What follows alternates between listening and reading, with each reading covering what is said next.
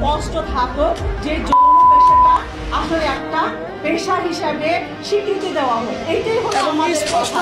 আমরা কম বেশি সবাই দেখেছি এমন কোন একটা বিষয় নেই যেটা নিয়ে বাংলাদেশে এখন পর্যন্ত কোনো প্রকার আন্দোলন হয়নি। এখন অবাক করা বিষয় হচ্ছে জনকর্মী মেয়েরাও মাঠে নেমে গেছে তাদের অধিকার আদায়ের জন্য। একবার চিন্তা করে দেখেন, মুসলিম একটা কান্ট্রিতে অবৈধ জিনিস বৈধ করার জন্য আন্দোলন করা হয়, বিচার চাইতে যাবে কার কাছে? সেও তো সেম ঘাটের মাঝি। ওকে ফাইন, চলেন এখন মিন্টু জি পাওয়ার পয়েন্টে আসা যায়। দেখেন, যারা জনকর্মী আছেন এবং জনকর্মীদের সাপোর্ট করতেছেন তাদের উদ্দেশ্য সামান্য কিছু কথা। আপনাদের ওপিনিয়ন হিসেবে বাংলাদেশের জনকর্মী একটা পেশা হিসেবে নির্ধারিত করা হোক। জনকর্মী সহ জনকর্মী সাপোর্টারদের ওপিনিয়ন, জনকর্মী থাকার কারণে বাংলাদেশ শান্ত রয়েছে, নয়তো বাংলাদেশে ধর্ষণের হার আরো বেশি বাড়তো। একজন ছেলে কিংবা একজন মেয়ে সেক্সুয়ালি অ্যাডাল্ট হয় 15 থেকে 16 বছরের মধ্যে, 17 বছর বয়সে যদি তাকে বিয়ে দেওয়া হয় তাহলে তার খারাপ কাজ করার সুযোগটা কোথায়? প্রশ্নটা রেখে গেলাম। আপনি এই কথা কিভাবে বলেন? বাংলাদেশের জনকর্মী আছে বলে দেশটা শান্ত আছে, এমনিতেই তো অবৈধ জিনিস বৈধ করার চিন্তা লড়ছেন, এখন আবার তো উস্কানি দেওয়ার কোনো প্রশ্নই আসে না। আপনাদের কোন জ্ঞান থেকে এই ধরনের চিন্তা ভাবনা মাথায় আসে? সত্যিই আফসোস করার মতো বিষয়। দেখেন, বাংলাদেশের ছেলে মেয়েদের 17 থেকে 18 বছরের মধ্যে যদি ম্যাচিং করে বিয়ে দেওয়া হয়, আমার মনে হয় না ভবিষ্যতে এদের ভিতরে কোনো খারাপ আকাঙ্ক্ষা দেখা দেবে। তাদের শান্ত করার জন্য জনকর্মীদের কোনো প্রয়োজন নেই। এখন প্রশ্ন হলো, বাংলাদেশের মানুষ জনতার দিক দিয়ে মানুষের এত পরিমাণে নিচে নেমে আছে কেন? আমি বলবো আশেপাশের লোকজন সহ আপনার আমার সমাজের বিচার ব্যবস্থার জন্য।